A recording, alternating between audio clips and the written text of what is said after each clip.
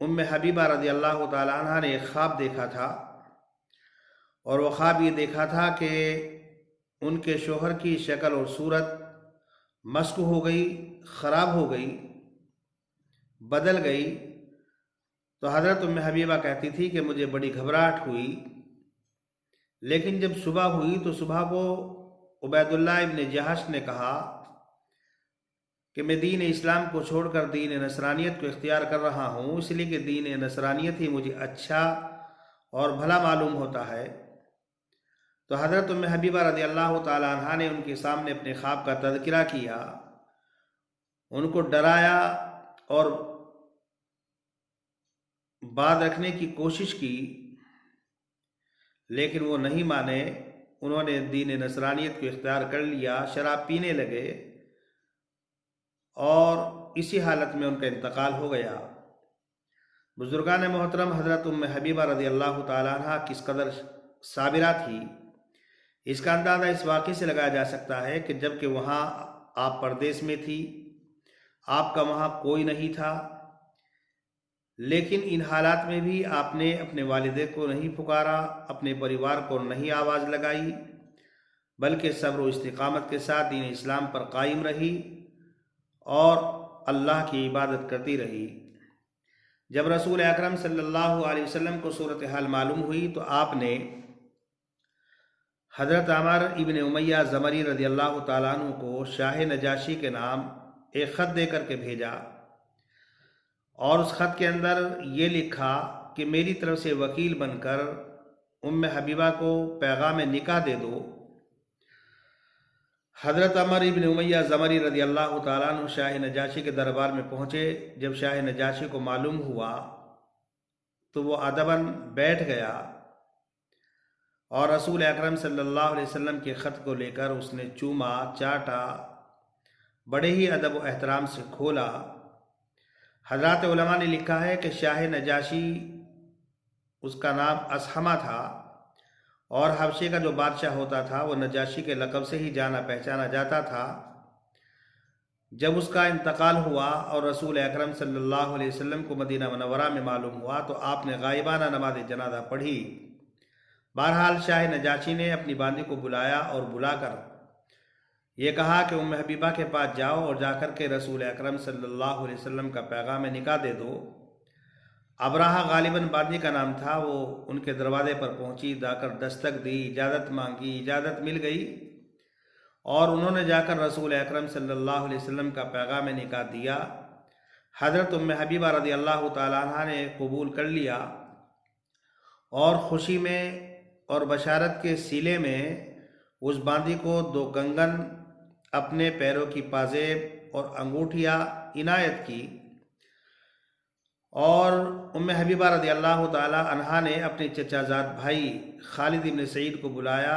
اور کہا کہ جاؤ شاہ نجاشی کے پاس اور میری طرف سے نکاح کی اجازت ہے۔ شاہ نجاشی نے اپنے دربار میں حبیبہ رضی اللہ تعالیٰ عنہ کا نکاح رسول اکرم صلی اللہ علیہ وسلم سے کر دیا، اور جو حضرات صحابہ اکرام پہلے سے وہاں گئے ہوئے تھے ان کو بھی بلایا، ان کی موجودگی میں نکاح ہوا۔ 4 ہار مہر طے ہوئے، یا 400 دینار یا 4000 درہم، اور نکاح کے بعد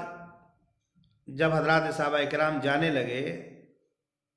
تو شاہ نجاشی نے کہا کہ انبیاء کی سنت یہ ہے، نکاح کے بعد دعوت ولیمہ کی جاتی ہے، کھانا کھلایا جاتا ہے، آپ کھانا کھا کر کے جائیں۔ جو حضرات مجلس نکاح میں تھے ان لوگوں نے سیر ہو کر کے کھانا کھایا، اور شاہ نجاشی نے ہی وہ مہر کی رقم ادا کی، خالد ابن سعید کے حوالے کی،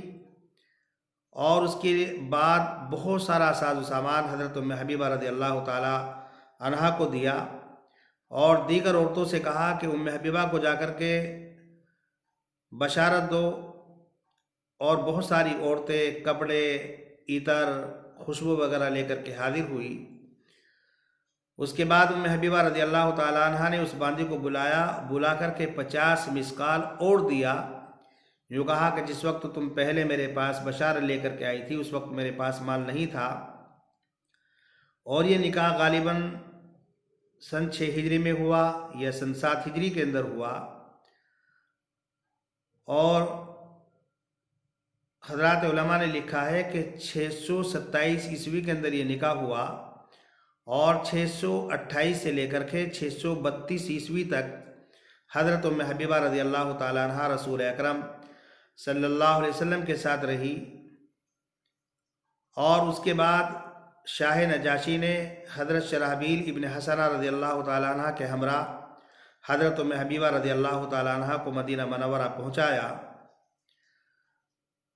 بزرگان محترم، مدینہ منورہ کے اندر جب بہت ساری عورتیں حضرت ام حبیبہ رضی اللہ تعالیٰ عنہ کو دیکھنے آئیں تو ان میں فاطمۃ الزہرا رضی اللہ تعالیٰ عنہ بھی تھی، حضرت عائشہ رضی اللہ تعالیٰ عنہ بھی تھی۔ ان کو بھی ام حبیبہ رضی اللہ تعالیٰ عنہ نے انعامات سے نوازا تھا، اور جس وقت حضرت عثمان ابن عفان رضی اللہ تعالیٰ عنہ کا باغیوں نے محاصرہ کر لیا، کھانا پینا بند کر دیا گیا، تو حضرت ام حبیبہ رضی اللہ تعالیٰ عنہ اپنے اونٹ پر سوار ہو کر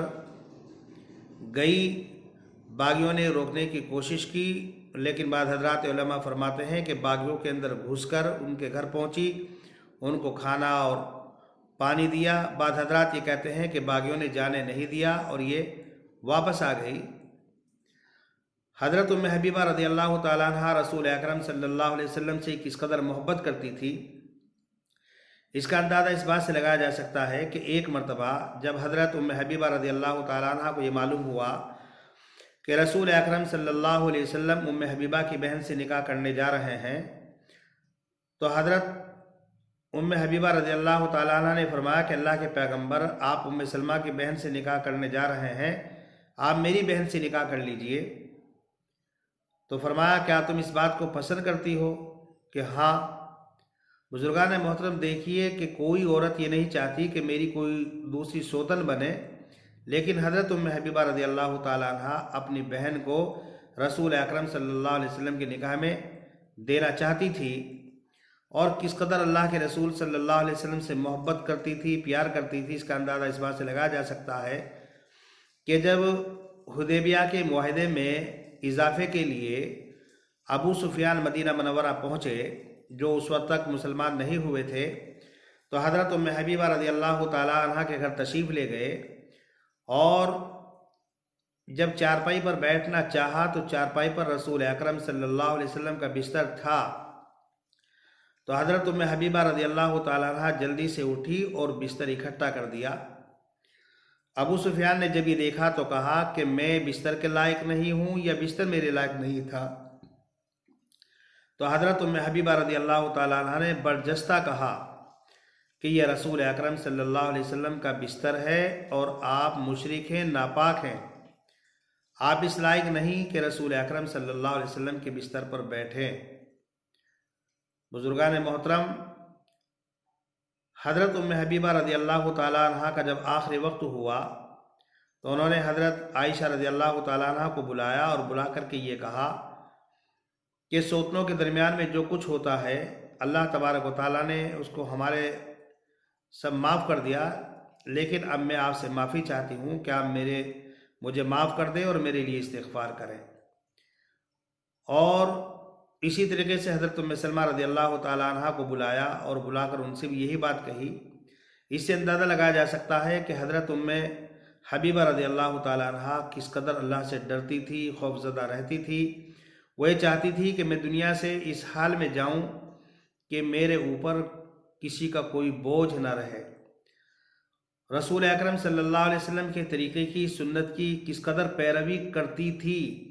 اس کا اندازہ اس بات سے لگایا جا سکتا ہے کہ جب 34 ہجری میں یا 36 ہجری میں حضرت ابو سفیان رضی اللہ تعالیٰ عنہ کا انتقال ہوا، جو ان کے والد محترم تھے، تو 3 دن کے بعد خوشبو منگائی، اور خوشبو منگا کر کے اپنے رخساروں پر اس کو ملا، اور یہ فرمایا کہ جو آدمی اللہ اور یوم آخرت پر ایمان رکھتا ہے تو اس کے لیے 3 دن سے زیادہ سوگ منانا جائز نہیں کسی کے مرنے پر۔ ہاں، اگر کسی کے شوہر کا انتقال ہو جائے تو 4 مہینے 10 دن سوگ منایا جاتا ہے۔ اس سے اندازہ لگائیے کہ حضرت ام حبیبہ رضی اللہ تعالیٰ عنہ کس قدر سنت کی پیروی کرنے والی تھی، کس قدر اتباع کرنے والی تھی۔